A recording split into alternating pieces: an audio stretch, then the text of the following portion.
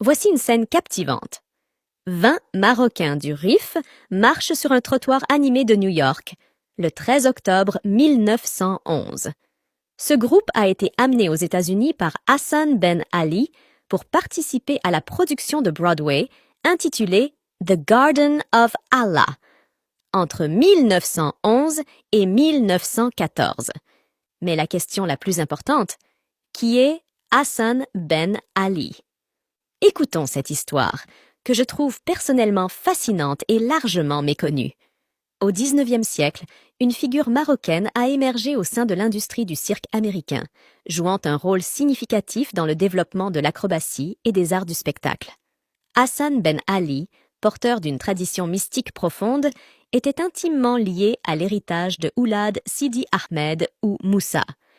C'est de cette terre que Ben Ali a puisé une richesse spirituelle et a contribué à promouvoir cette tradition mystique dans le monde du cirque aux États-Unis, un métier qui serait plus tard porté à des sommets inattendus.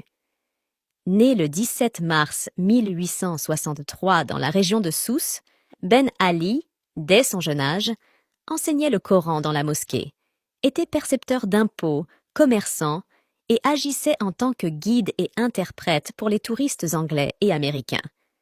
Il provenait d'une tribu d'acrobates et sa première apparition en dehors de sa terre natale a eu lieu lorsqu'il a emmené une petite troupe à Londres et a rejoint la compagnie du cirque Four Paws.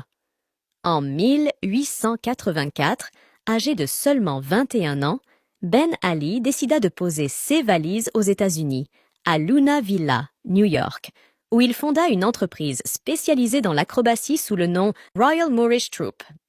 Si Hassan Ben Ali fit appel à des Marocains, dont certains étaient des descendants des Oulad Sidi Ahmedou Moussa, mais de tout le Maroc, pour participer à des spectacles et des pièces théâtrales.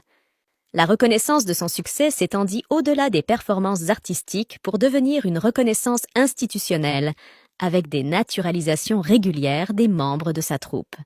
Leurs performances ont été mentionnées dans plusieurs productions, notamment Around the World et The Bohemian Girl, et attirant l'attention des médias américains et étrangers, comme vous pouvez le voir.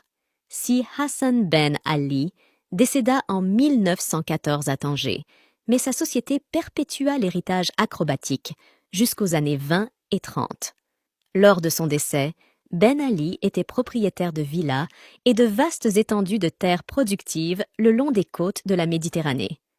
La presse américaine le décrivait comme une personne fortunée, cultivée et profondément attachée à sa culture marocaine. Alors, connaissez-vous cette histoire? Dites-nous dans les commentaires et à la prochaine.